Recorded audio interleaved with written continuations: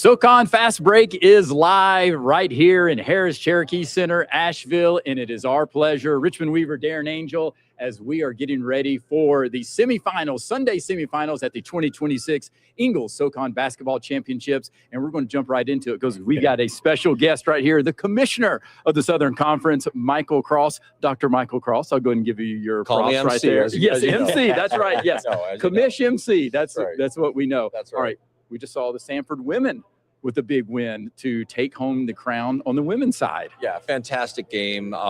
Energy was amazing. I mean, look, Sanford comes back with a huge rally. Chat's been the best team in the conference regular season all year. And, look, the hard part about our conference, unfortunately, is you only get one bid to the NCAA tournament based on performance. And, so everybody's season will end with a loss except for one. And right now it's Sanford who keeps going on. So good for them. Congratulations to the Bulldogs. Great season. No question about it. They're a three-point shooting team too. And made a lot of shots. Knocking them down. Made a lot of shots. All right. I do want to just ask your opinion, maybe not opinion necessarily, but just your thoughts on the strength of the relationship, the partnerships that you have the Southern Conference with not only Ingles markets, but also the city of Asheville, and how it has been a big part of the Southern Conference and especially tournament time. So I think people are probably aware, maybe not. We just announced a 10-year extension of being here in Asheville at the Harris Cherokee Center. And it's built on a whole variety of things. I mean, and corporate partnerships is certainly part of that. Ingles is our title sponsor. Can't thank them enough for all that they do. Explore Asheville is incredibly supportive.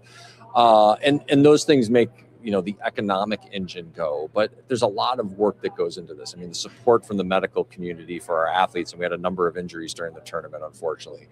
The dynamic that comes from 200 plus volunteers, and the time and that they sacrifice to make this a really fun event, and they keep coming back year after year after year, you exhale when it's all done. You're like, wow, that was a lot. Would I ever do it again? And then you can't wait, to start up, a couple of days later. It's an amazing environment, the support that we get. And then, additionally, the sports commission, the Asheville Bunker Regional Sports Commission. I mean, they do an incredible job, Chris Smith's out there in the community with Madison Davis and his staff. And they're just, they're getting after it and making sure that all the local people know what's going on. It fills the building, and it's just we're very blessed to have this environment. There's not many conferences that can pull this off as we do. The Big East has longstanding relationships at Madison Square Garden. St. Louis has our Arch Madness, but we're probably one of the three that really does this in a consistent city year after year after year, and the compound interest of that is real, and we're very happy and thankful that we have the chance to do that. And the longest running conference tournament in Division I basketball. Yeah, that's right. Going all the way back to 1921. Right. Not in Asheville. I'm pretty sure that's the case, but yes, going back to 1921. Yeah, yes. Very true. Very true. There's so many times, though, when I'm focused on the basketball season that I'm just laser focused on basketball. And I keep forgetting that as you as a commissioner, there's so many other sports there in the Southern Conference that you're running between. Well, we've got 20 of them, we just, we're focused on basketball here, obviously, but, Friday and Saturday right here in Asheville as well, we had our wrestling championship, and we crowned 10 individual champions who will get to go to the NCAAs. And that type of dynamic is what college sports is really about. I mean, it's all of the sports. So we've got 20 of them, 19 championships. Football doesn't have a championship, but obviously we send somebody to the NCAAs, ideally multiple teams. And it keeps you going year round. We do our first championship in late October, early November. There's a number of other ones in November. Then you've got another series that are happening right now in February and March. We just did indoor track championships up in, Lexington, Virginia. And then the spring will be that much more busy. So, I mean, there's a lot that goes on. Right. But it's nonstop. It's kind of easy. Like sports, it's pretty easy. Exactly. So, that's right. Exactly. Yes, no doubt. Yeah. And so kind of going with that theme, talking about all the sports and the amazing things that the conference has going on. Commissioner, can you tell us a little bit more about the excitement for the Big South SoCon Challenge that'll be starting next year and kind of how that came to be? So the Big South SoCon Challenge that relates to basketball. So we did an arrangement like this and still have it with the A-Sun. Turned out very well. The games, we've been a little bit above 500 in that matchup with them for 2 years in a row. We've got 2 more years there. And a lot of the conversations that are happening in college basketball revolve around the difficulty of scheduling. It is hard for schools and conferences at our level to get games. It's just a fact, the practical reality. The analytics say that people should not play us because you risk taking a loss. Right. The analytics also point out that, hey, if you get wins, you need to win by a lot. There's compound interest there, and I'm a big fan of this compound interest concept, obviously, as you can hear. So, yes. So the reality is that we need to continue to help our schools and our coaches find more games. So the Big South arrangement, relationships with commissioners is really what gets this conversation going. You're saying, hey, are you having these conversations? Yeah, we're having a hard time. We're having a hard time. So let's go figure it out. So we're going to do 2 games with the men, 2 games with the women. We have a couple more teams than they do, so not everybody will get the full complement of games, and we'll have to map out who doesn't get the full complement one year but picks those games up the following year. And we're excited about it. So our teams next year, we will get them 24 of their 32 permissible games before their season even starts. We're going to have 2 Big South, 2 A-Sun, and 20 Southern Conference games. So the benefit of that is more home games, more basketball, more regional rivalries, and we think there's a winning formula there that we're going to try and leverage really hard. Yeah, and I know there's some assistant coaches and director of basketball operations that are excited to have a little bit of the scheduling ease taken off of their shoulders. Yeah, until they look at who they match up with, right. and they go, "Oh, just stick me against so and so." But yeah, and I know they're going to be in your ear or Jeff Cabe's ear in terms of scheduling. It's funny though, because some of them are a little unhappy, and then the results come and they go 2-0, and they're like, oh, geez, you still feel bad about that schedule. That's right. They changed their tune. Yeah, pretty we're not up to stick it to anybody. We need everybody to be successful for sure. And speaking of growth and that alliance that you're talking about with the Big South, but also the big news come July 1st, you're adding a new member to the Southern Conference, Tennessee Tech. So talked about how they're such a good fit for the Southern Conference. So, our catchphrase in the Southern Conference is "It's all here." Yes. And we've got it going here in the arena. We talk about it in our branding, and it really is a signal to people in the college athletics community, our institutions, that the types of things people want to see in college athletics do reside in the Southern Conference. You referenced that we started doing this in 1921. What are the strengths that have driven that from the beginning? It's academic quality. Okay, so Tennessee Tech is a high-quality academic institution. It's competitiveness, and obviously they're showing that, particularly in football right now. They had an undefeated season going into the postseason, so they're investing in football. They're making commitments. They're obviously competitive in that way. You've got to have great leadership in your institutions, and that's at the presidential level, your athletic directors and your coaches. And then the last piece, which is really crucial, is the geography. And we're in an era where we've got people flying all over the country trying to play conference games, and corner to corner in our conference is maybe a 6 to 7 hour drive for our farthest geographic points. Everybody else is pretty central, and we're going to continue to lean into those things as a differentiating factor as to how we run our business. We don't have unlimited resources, and we're in an era of compensating athletes, so we can either try and compensate athletes and put those resources into that, or we can start paying airlines to fly our people all over the place. That's not good. We prefer to not to do that. That's right. The airlines are great in some cases, but we're not going to do that. That's not what we're going to do. Well, I do know that it's exciting, the growth that's happening. And obviously, it's going to be exciting games here, the semifinals today. Your thoughts? I know you have to be somewhat unbiased because you're all, I am very unbiased. Yes, exactly. Yes. So, but what do you expect from the games today, and then heading into Championship Monday? Yeah. So let me talk about the bias issue for a second. Okay. You see a lot of dynamics on television. Coaches who are obviously incredibly passionate. They're fiery on the sidelines. They're angry. Fan bases do the same thing. We're in a conference where there's good relationships. We genuinely care and want to see all of our coaches and all of our sports be successful. We don't have a lot of prima donnas. We don't have a lot of people who are difficult to work with. There's good working relationships. And again, I mentioned that leadership piece. That starts at the top. That starts with the presidents who have good relationships. It's the athletic directors who have good relationships. We have a controversial, but I think it serves us well, interconference transfer rule, where you cannot just freely move from school A to school B. So when I'm going down the handshake line, I go, hey, Richmond, how'd you like to come to my school next year? We don't have that dynamic. And it cleans up a lot of the BS that exists out there in the world. And it really helps us to have an environment that allows us to feel good about the relationships, and that you're going to have a fair shot at what's happening. So that's a starting point for us.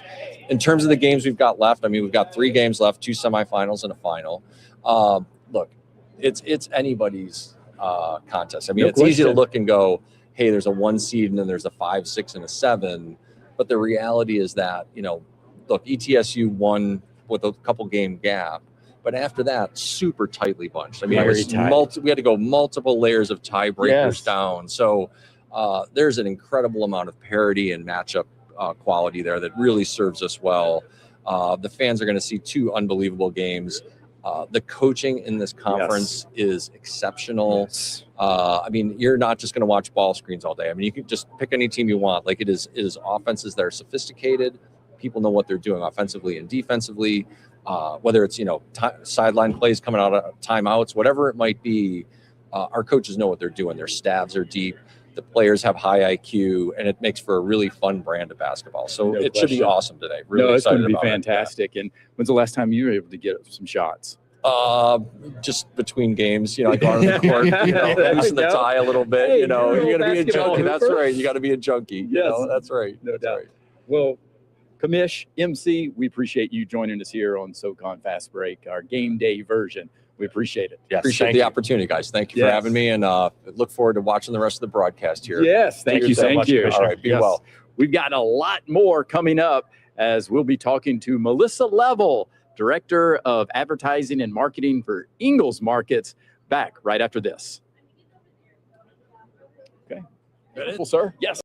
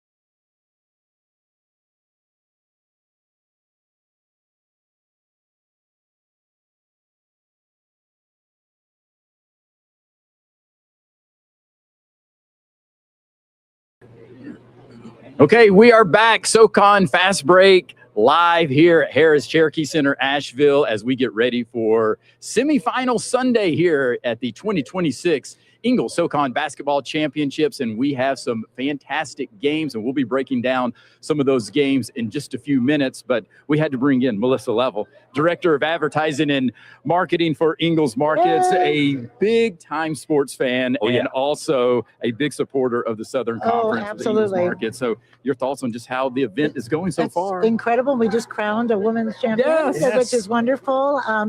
Stanford had a great game and a great run this year. And so, this is the best time of the year for me, when you have all the tournaments happening. And I think the Southern Conference in Asheville does it better than just about anybody else because we have so much going on, of course, on the court, all the exciting stuff that's happening. And we have a lot of parity this year. It's going to be a great semifinal and great final as well. But also all the other things that we have going on around it with your mascot challenge, the trolleys, the relays, the hoops against hunger, all the fun things like that. So even if you're not a huge basketball fan, which I don't know how you can't be, but if you're not, you can come here and have fun. Oh, no doubt. Mhm. Okay, so I have to ask you a question, though, and you might not be able to tell me the real answer. Who is your favorite mascot? Can you even say? I don't want to say because I voted for all of them. You Is did. that diplomatic? That was very Okay, diplomatic. good. I'll tell you after. That's I'll right. tell you when they win. There you go. Yeah.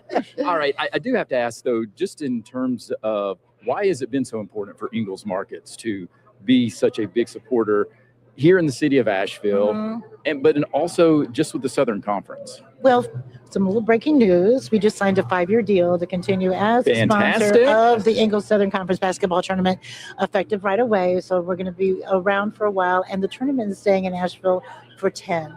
So we've got a really great opportunity. This is our hometown. This is where Ingles was born and bred.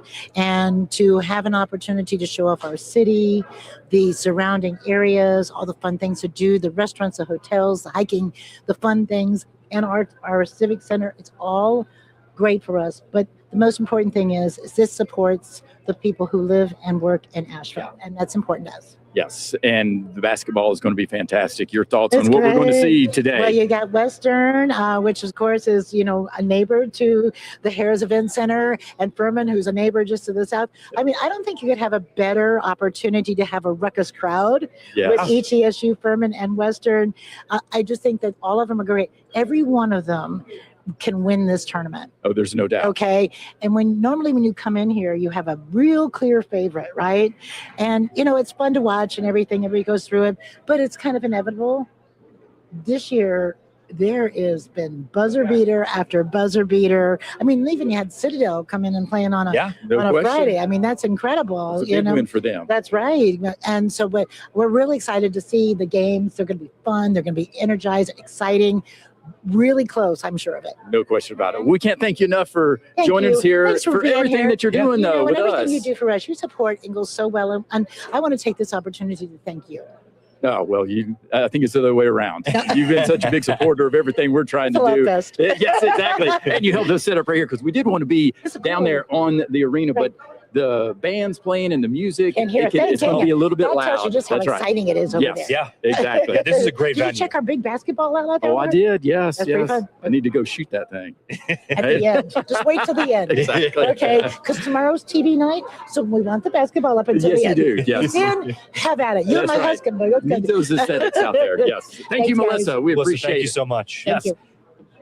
Game breakdowns coming up as we'll look at the ETSU Western Carolina matchup and then the Furman UNCG Spartans later this evening. We've got it all coming up right here on SoCon Fast Break right after this.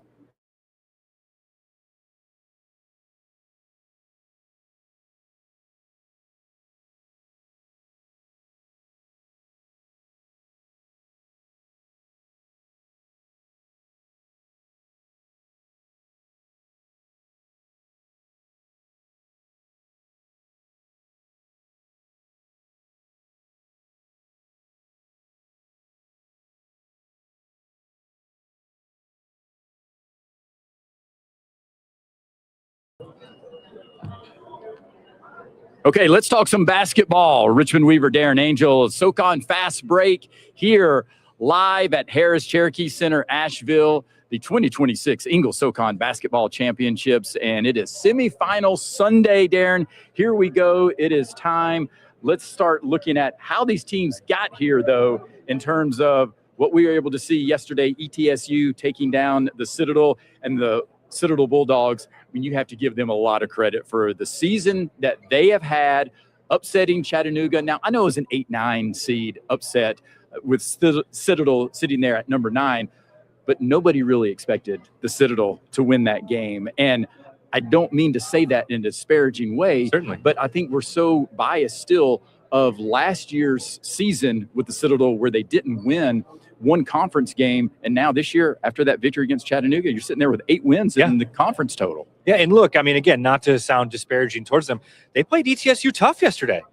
That was a solid basketball game. Exactly. But no, to your point, I mean, I think one thing to look at too is that opponent in Chattanooga. That's a traditionally very strong team in the Southern Conference, and to get a win, again, I don't care. It's an 8-9 game. To get a win against Chattanooga, which earlier this year they won there at Chattanooga for the first time in over a decade. That's right. So they are clearly looking as though they're building something, and they've got a lot to be excited for, I think, moving forward. Yeah. And I had mentioned that where I felt that we're seeing the program be redefined in real time. Yeah. And Ed Conroy is doing a fantastic job. Now, it does help when you have somebody like Shola Adebisi. I mean, where was that all year? Yes, and that was the thing. It seemed like he got into his groove later in the year. But also, you look at ETSU, though, Brooke Savage, what he's been able to do, being the regular season champion here in the Southern Conference. And as we had Michael Cross on, the commissioner, talking about, they had it wrapped up 2 games before the season ended. Yep. But I felt they were somewhat limping into Asheville, losing their last 2. But they turned it around there and got Blake Barkley going in that game as they get the victory, 83-76. And again, I don't know if you want to get ETSU feeling comfortable on the offensive side, because if that happens, then watch out. No, I mean, they shot 40% from 3 yesterday. And if they're shooting 40% from 3 with their defensive efficiency, they are going to be very, very tough to beat today and tomorrow. And I think kind of adding on to that, to your point, they were coming in on a 2-game losing streak, as you said. And I think we have a tendency, again, not to disparage the Citadel, but I think we have a tendency to say, oh, well, they just beat the Citadel. As I mentioned, that was a good basketball game, and it took them showing their depth and some other aspects of their game to pull away there towards the end. And so I think that's another thing that we saw from ETSU is them kind of get back on track, and they got really good depth out of their bench yesterday, as they have all year. Yeah, no question. And that's another scary thing that they have going for them when they're playing well. They get 8, 9 guys that are really contributing, whether it's scoring the basketball or making an impact in another area of the game. That's right. And we know the player of the year coming off the bench, the 6-man player of the year, Jalen Smith. If you allow him to get any type of confidence going, especially shooting from the outside, we know he's such a strong guard. He can defend, but it also can get to the rim. So if they start making some outside shots, watch out for ETSU, because that's not their bread and butter. No. But it's complementary. When they can get going from the outside, that changes things from the interior perspective, because you got to pull out the defense there. You have to allow space is going to be created, and then Cam Morris III and Blake Barkley, they can do some damage. You're absolutely right, because it's a complementary piece of how they play offensively, like you said. And when they do that, one of their biggest things that they want to do is they want to punch that paint. They want to get paint touches, and they want to punish you inside. And so, as you said, when they get it going from outside and they're shooting and they can spread that floor out, that just makes things that much easier to get that interior scoring, but also get paint touches and make plays at the rim or be able to spray out. And it kind of becomes a compounding effect where, yeah, you're shooting it well from 3, but now if you're opening up that lane to get really good 2 feet set in rhythm 3-point shots, that's just going to make it even easier in totality. Of course. ETSU. Yeah, no question about it. All right. Then when you look at the UNCG Wofford game, and we know we've already talked about Justin Neely and some of the comments that he made earlier in the season before the conference slate started. And it was basically, hey, we're going to show that we can dominate the SoCon. Yeah. And at least after 2 games, he's been able to show that. And the Spartans finally getting a victory here in Asheville under head coach Mike Jones, and somewhat maybe getting that monkey off his back in that victory in the opening round against VMI. But UNCG did a great job getting some contributions from people like Lillian Marville. You also had Noah Norgard being able to knock down some big three-point shots. Big times. But then KJ Younger, he continues to show that he's definitely one of the best freshmen in the league, maybe even in the country. And then Justin Neely, he just does what he does. Yeah, I mean, to your point, I think we've preached it for a while now. This UNCG team is not a 14-18 team and not a 9-9 team in league when they're getting contributions offensively from the perimeter. Because as we've talked about ad nauseum, this is just not the caliber of defensive team that we've seen out of Coach Mike Jones historically at UNCG. But when you know what you have from KJ Younger and you know what you have from Justin Neely, and then you can get that perimeter involved offensively, you're going to be able to score enough points that you're going to be able to be competitive. And like kind of what we just said with ETSU, if you're getting that perimeter scoring, it's going to make things even easier for Justin Neely and KJ Younger. And one thing that I thought UNCG did a great job yesterday was rebounding.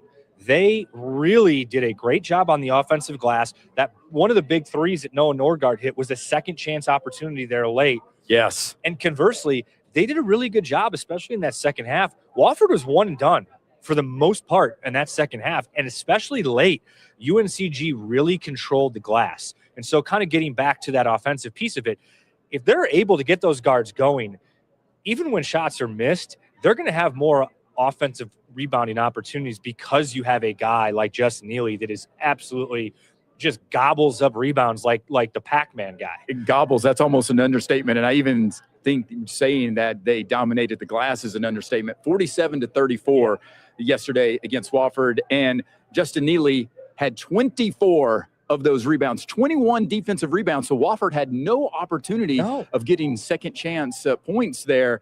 But the Achilles heel for Wofford yesterday, they're going to be thinking about this for a long time. It's the free throw line. Oh, my goodness. 6 of 19.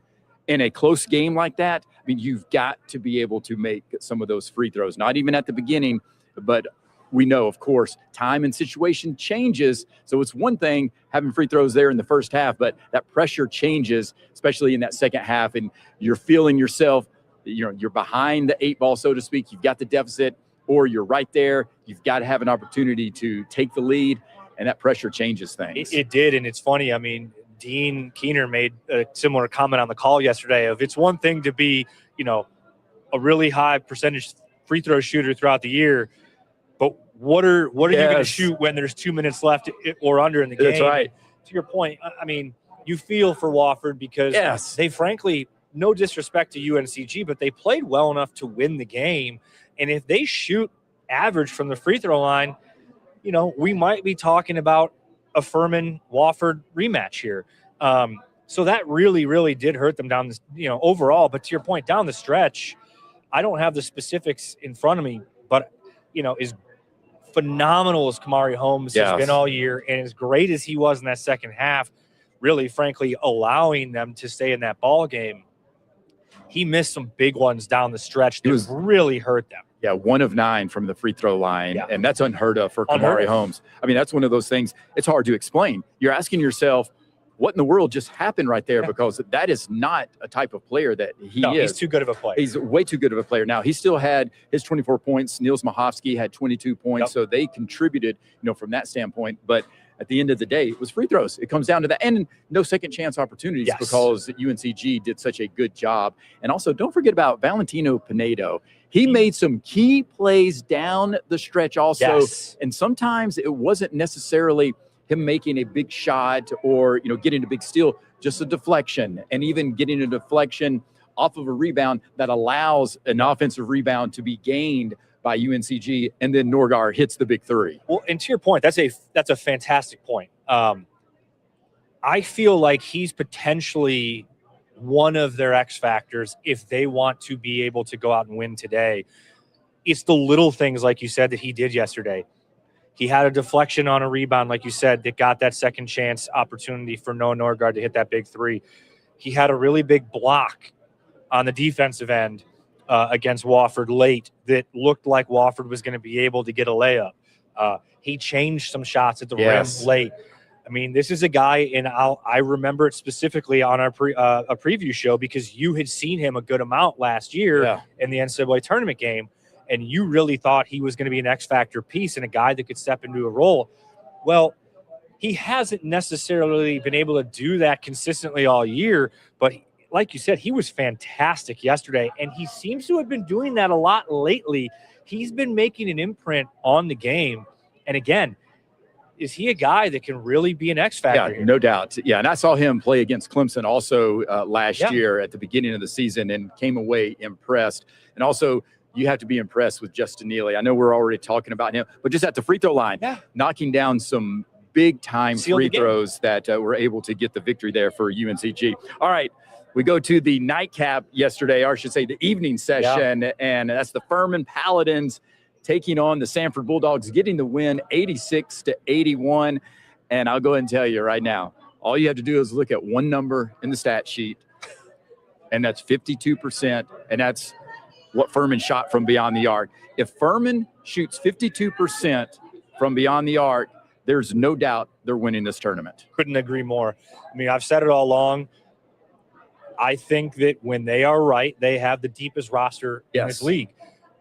They had not been able to really put it together for a consistent stretch, a lot of which was due to injuries. But I do have to say, 20-point loss at Cullowhee last weekend was really concerning because nobody – look, Western was playing great, but nobody predicted them to go win that game by 20 points. So that was really concerning to me. They looked fantastic yesterday. They were sharp. They were crisp. To your point, if they shoot 52% from three, look, give them the championship right now. I mean, they're going to be really, really tough difficult. To beat. Yes, and that they came out hot in the first half. I mean, at one point they were shooting over 70% from the 3-point line, but Sanford, they hung around. They did. You've got Jaden Buckets. Yeah, we know Jaden Booth of what he's been able to do. 8 of 15 from beyond the arc for him. Yeah, finishing up with 34 points. So he kept Sanford in this game. but they just didn't get enough of the production that they needed, from a Dylan Faulkner, from the Norris brothers, and even some of the other players like Isaiah Campbell Finch, even Zion Wilburn, just didn't really add anything. So it was almost to a point where Samford just didn't have enough gas there at the end of the game to try to stay in there, and Furman gets the victory. No, Jaden Booth looked tired down the stretch, understandably so, because I really think, I think two guys really stand out to me for Furman yesterday that stepped up and played massive roles, and that's Tom House. And I think, his ability to step in and knock down threes is a massive difference maker for them. But the other guy, too, is Cole Bowser. He made 2 threes. I believe he ended up with 10 points, but it was his defense. He made Jaden Booth work. He spent a lot of time guarding Jaden Booth, and I think that was certainly the biggest thing, was shooting 52% from the field. But I was really impressed defensively with how Furman guarded the perimeter yesterday. They made life difficult for Jaden Booth.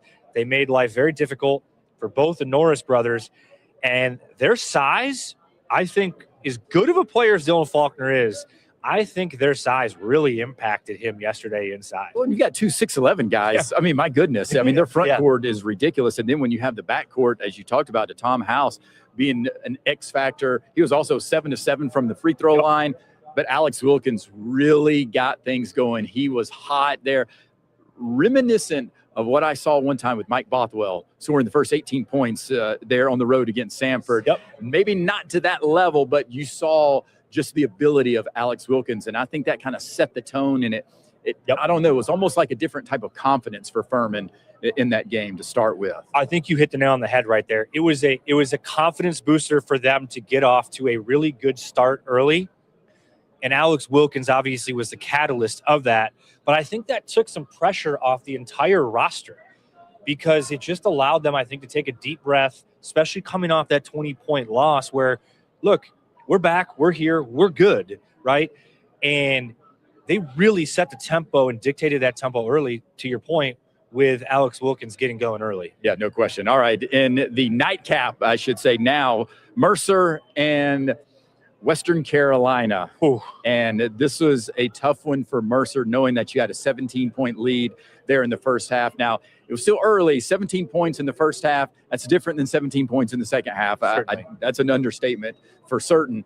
But this is one that they're going to be thinking about in terms of not being able to continue to push the pedal, so to speak, and put Western Carolina away. But give Western Carolina, I mean, so much credit, just what they've been able to do. Now, 7-game winning streak for Western Carolina. And I'm telling you, it's all about getting hot. It's about playing your best basketball at the appropriate time of the season. And right now, there's no question that Western Carolina is doing that. And as we'll talk a little bit more about the game coming up, but remember, Western Carolina has already beat ETSU twice this year. They have. So they might have their number, but that was a huge win, huge statement win for Tim Kraft and the Catamounts. It was. And I think, speaking of the positives to Western Carolina, they really showed some grit and they showed some fight, because that, you get down 17, again, a lot of time left to go, but you get down 17 after you've really come off a hot streak. It's a little bit of shock to the confidence right there. And they just continue to battle, continue to fight. So I'm really impressed with what I've seen and the growth that they've seen. And oh, by the way, Julian Samara only played 9 minutes. That's right. He's still not back. No, he's not 100%. Remotely close to 100%. No. So really, really credit due to the Western Carolina Catamounts to continue fighting and to continue coming back. The flip side with Mercer, they just unfortunately didn't get a whole lot outside of Zaire Williams. Yeah, and Baraka Okoje. Yeah. And I think that's one thing we talked about a lot this year, is that as good as they were and as much offensive firepower as they had, at times they were really, really reliant on Okoje and Mighty. And Mighty was off last night. Yeah, he was. He didn't impact the game like he normally has all year. And they really didn't get – I don't think they had a double-digit scorer outside of Williams and Okoje. That's right.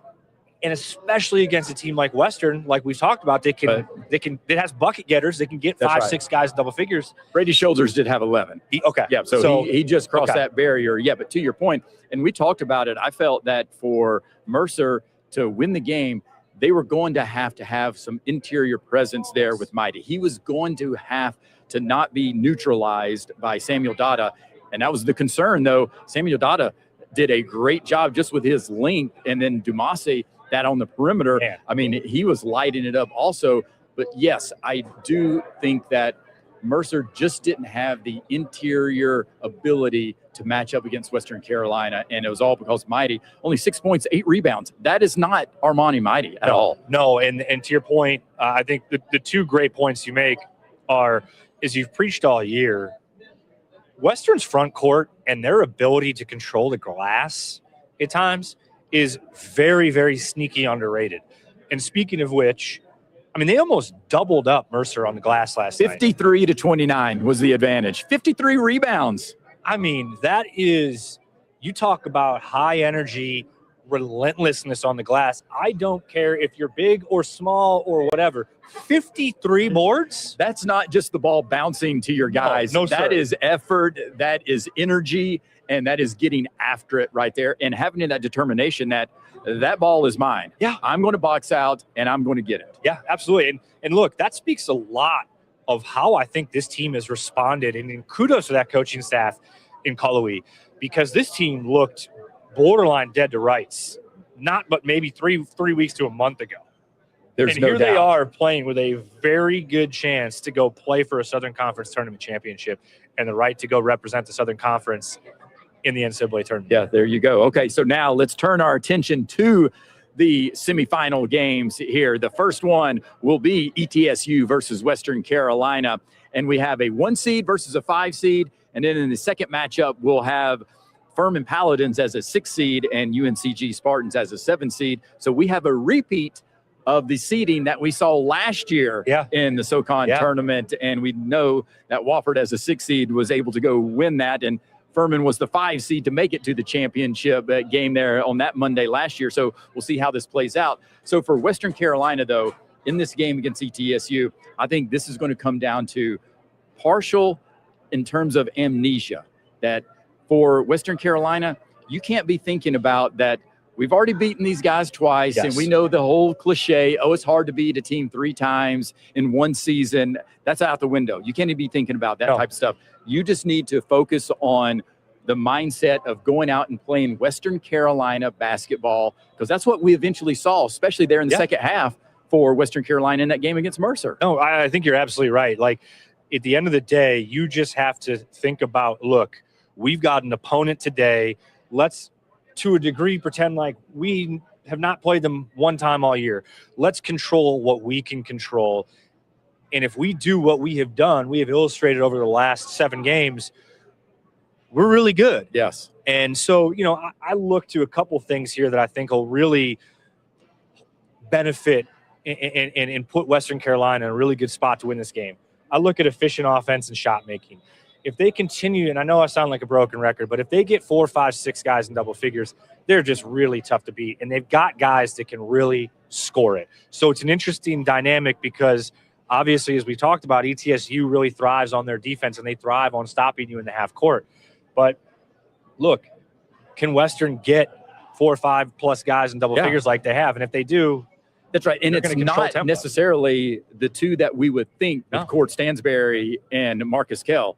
When you've got Talon Petway, the freshman, who's no longer playing like a freshman, I can promise you that right there. Again, 18 points yesterday. So this is a guy who is coming on extremely well right now. And that's what makes Western Carolina dangerous, because it's not just the guys that we would think. And then when you've got Dumasi able to get involved, and then you've got Samuel Dada there down low, and he can be that rim protector.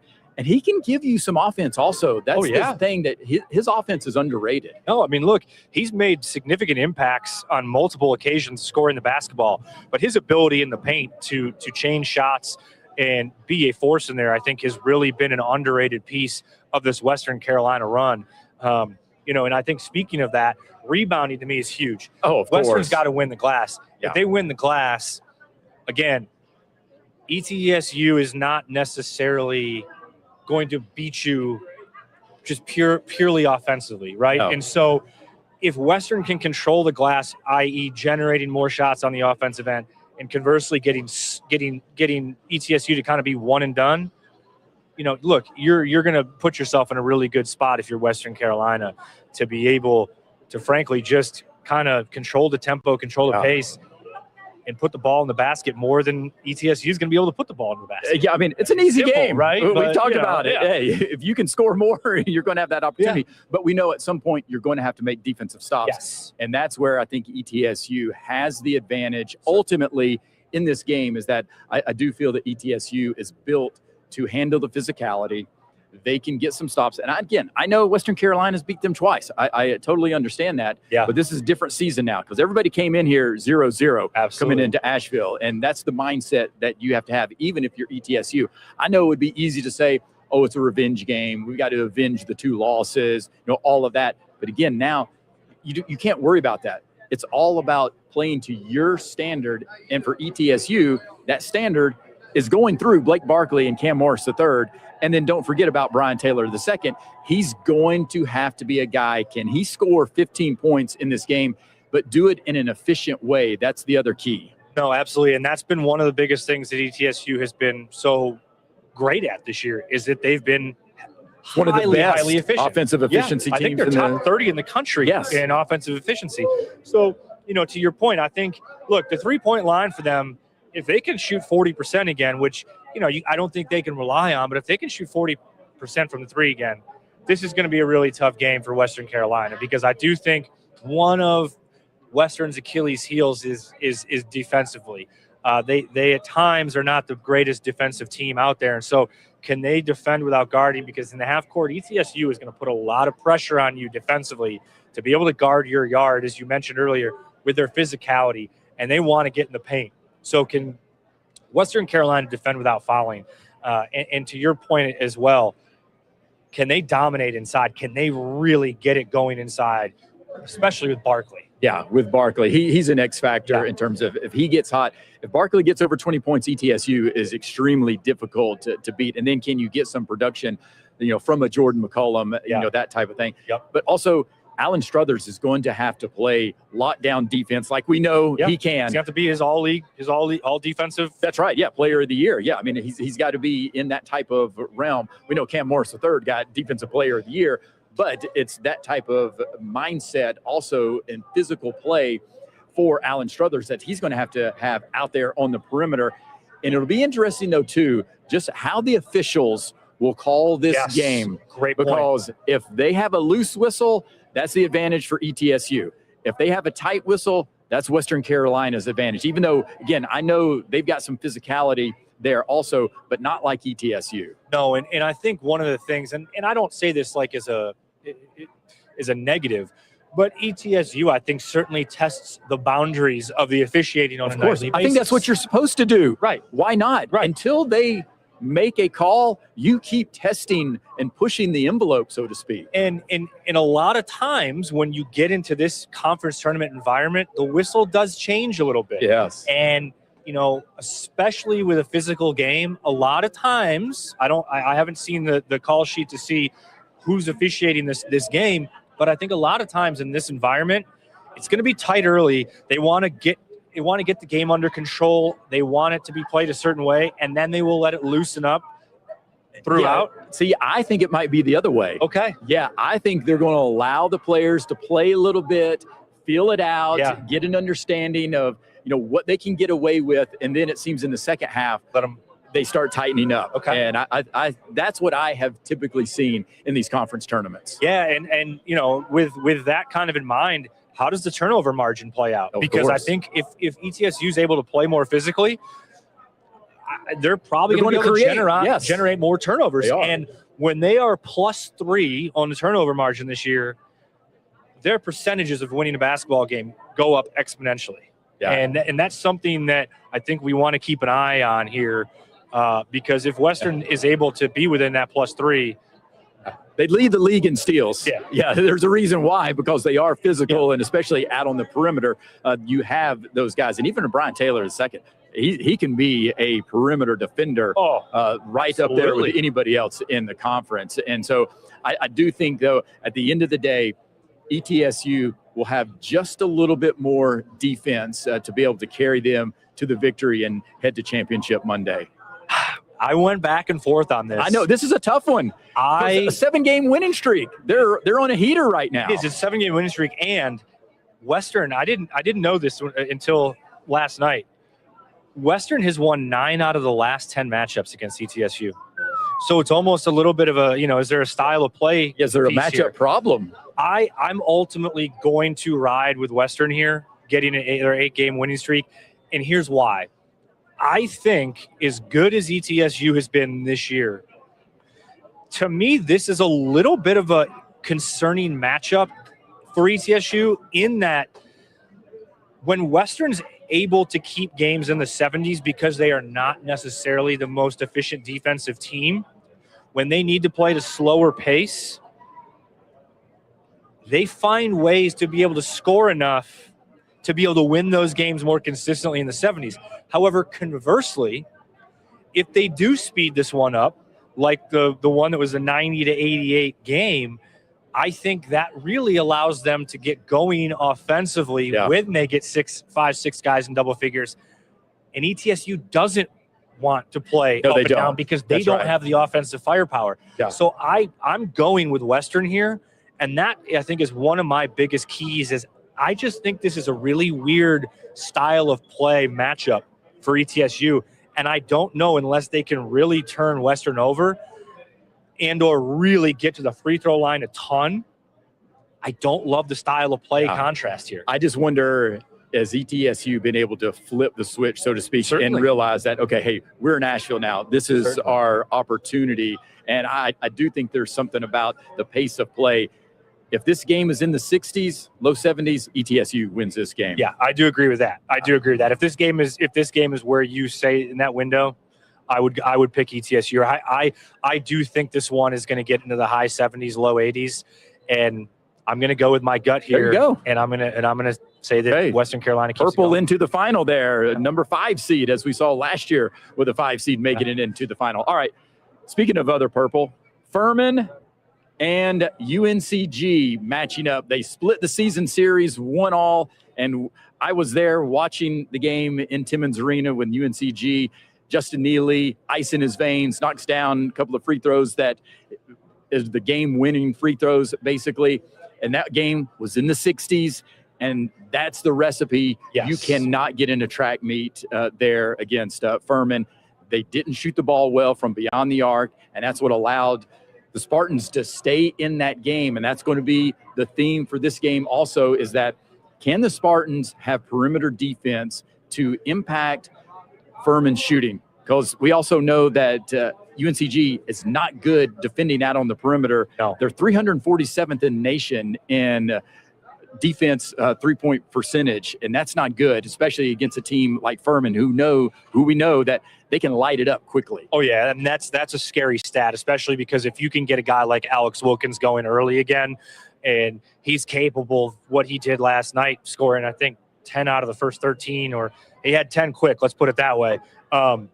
That really potentially puts UNCG in a hole that, to your point, if this thing's up and down, they just don't have the firepower to be able to keep up with Furman. And I think one of the biggest differences in that, because I agree that Wofford has a really good backcourt, but I think where Furman really can differentiate themselves there, in addition to having that really good backcourt, is they can beat you with their front court as well. Charles Johnston. Oh yeah. And Mr. Bowser. They can really get it done in the interior. And so I think if you can't be able to contain that perimeter, it's going to make it really, really difficult to be able to contain that interior when you're getting Alex Wilkins downhill, and you've mentioned it. No doubt. That lob game. Oh, it's crazy. And Alex Wilkins is such a good offensive player in terms of getting the defender on his hip. And once he does that, because he can lull you into that false sense that he's going to just pull up or he's going to settle and try to run the offense. And it's just a little bit of a shoulder move, and it puts you at a little bit of ease as a defender, and then he takes off, and he's got you on his hip, and at that point, it's over. Because you're going to foul him, or he's going to score, or he'll just throw it up for the lob. Yeah, I mean, Cooper Bowser caught a bunch of them last night. Yeah, and you talked about Bowser. Now, I know Bowser's got a way to go in terms of increasing his size to be a boozer, like Cam Boozer. Yeah. Dude, but he can play effective above the rim, and there's nobody better, in my opinion, in the league in terms of pick and rolls and lobs is Furman. I completely agree with you. So it is one of those things where, how does UNCG guard the perimeter here, and how do they try to contain? Because I just think their ability to get you from the perimeter and the interior, unlike Wofford being able to do that on the interior, presents a very different scenario for the Spartans. And the big thing is for UNCG, you cannot be in drop coverage against Furman on those pick and rolls, on those ball screens high there on the perimeter. You have to hedge. You have to get over the top, because you drop, then all of a sudden there's too much space, and they'll take advantage of that. There is too much space because, a couple of things are going to happen. Alex Wilkins is going to shoot the 3 ball, and despite having a recent slump, everything regresses to the mean, and he's going to shoot a high clip out there. And the second piece of it, depending how far you dropped, he's going to get ahead of steam coming off the ball screen, and he's going to be able to either, as you mentioned, get to the rim and get into your body, which he does an incredible job of, and get to the foul line, or he's going to be able to create something for someone else and spray and hit that pull pass for, guess what, guys that can really shoot it. Exactly. That's right. Like an Asa Thomas. Tom House, those type of guys. And to your point, you mentioned it. Don't forget, Cole Bowser, he can knock down some shots also. And it's almost those situations, it's like timely shots. Like, he's not a high volume type of guy, obviously, based on the number of minutes that he's playing. But it seems to be he just is in the right place at the right time and hits a big shot. No, for sure. And look, I can point to 3 or 4 different opportunities yesterday where it was, whether it was offensive or defensive, he was just in the right place at the right time, made the right play, did something that wasn't necessarily going to show up in the box score, but that impacted winning. And then to your point, he made two timely threes yesterday that were big, because that's 6 points that he's not a high volume 30-point shooter this year. That's right. They'll take him, but I think Furman, they're going to have to be able to get out and score. They're going to have to be able to get out in transition. They're going to have to push the pace, so to speak, and not necessarily get into track meet, but they definitely want to push it and hunt some of those advantages and try to get those corner threes. And that's going to be predicated on, can they get some defensive rebounds and get out and transition pretty quickly. I think that's going to be a big part of Furman. And then obviously they're going to have to knock down threes. That's the big factor for Furman, because if they're cold from outside, then UNCG has a legitimate shot at winning this game. No, certainly, because if you're not hitting from 3, what does UNCG do best? It's their interior. Yes. You've got Younger and you've got Neely, and those guys can control the game in the interior on both ends of the floor. And so if you're not shooting the ball well, they're going to be able to pack it a little bit tighter. And then, frankly, a weakness of yours, as you mentioned, their ability to guard in the perimeter, doesn't become as much of a weakness. And then this isn't rocket science here, but if you're not hitting from 3, this game is going to be a lower scoring game. Yes, that's right. And a lower scoring game definitely favors UNCG. It does. Yes. UNCG has to keep this game, under 75 points. Absolutely. There's no question. I don't see a scenario where they can win if this thing goes. I would maybe even make the argument over 70, but that's certainly, to me, 75 plus. I don't 75 see is the ceiling. Yes. It'd be more in that 65 to 72 type of range. I agree with you on that. That's where UNCG needs to live if they're going to be able to do that. And that's where you're going to have to slow things down. And you're also going to have to cut down your turnovers if you're UNCG, because you don't want to have that situation where now all of a sudden you're losing possessions, but more importantly, some of those live ball turnovers that are turning into those transition opportunities. So at the end of the day, I think Furman, they just play different in Asheville. We know they haven't won the Southern Conference Championship every single year. I do understand that, but I do think this is a situation where they might just have too much firepower if we see how they played like they did yesterday. I agree. I think this is a good matchup for them if they're as efficient from beyond the arc as they can be. I think this is a really tough matchup for UNCG. I do one last piece I would add that I think is going to be a key piece here is the ability, who can control the glass?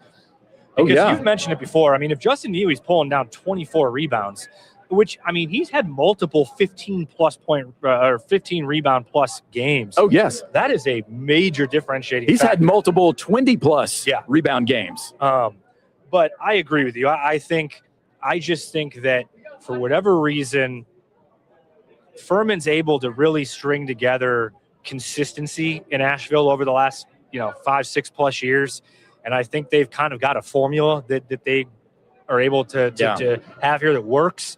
I look to see them get this game as well. I just don't think that UNCG is going to be able to keep up offensively, and I think that Furman's going to continue to shoot the ball well. Yeah, and I wonder also, there's something about when teams have a big win. We saw it with the Citadel getting the big win against Chattanooga, and it's hard to come back the next day and try to get yourself back into that type of mindset. And UNCG had the big win against Wofford after beating VMI. So that's a tall task as far as trying to recapture that energy that you need. It is, and you bring up an interesting point there that we haven't talked about. They're on 3 games in 3 days. Yes. Right? That's a lot. That's a lot. Yeah. And we know that no team has ever won in the modern era in terms of having played 4 games in 4 days. Now, you can go back to 1939, my alma mater, Clemson Tigers. They were able to do it when they were in the Southern Conference, but it is a different level of basketball these days. It is, and another piece to add to that, too, is the health of Justin Neely. Oh, playing of course. 3 games in 3 days. Yes. He's looked like he's been I think at this point, but it's all hands on deck. It doesn't matter. Yeah. He knows his season is on the line. Yeah. Everybody knows that. And so you do everything that you can right now to put all your best efforts forward. And so this is going to be an interesting matchup for certain, but I do think Furman's going to take this game. But I agree. We'll break down the first game as the ETSU Buccaneers taking on the Western Carolina Catamounts. So we'll have more of SoCon Fast Break Live after semifinal 1 here on Sunday, and as we'll get you ready for semifinal 2 right after that. So use the same link right there on YouTube, and you can join us again right here as we continue the college game day version of SoCon Fast Break Live right here at the 2026 Ingles SoCon Basketball Championships from Harris Cherokee Center, Asheville. Until next time, may all your jumpers hit nothing but the bottom of the net.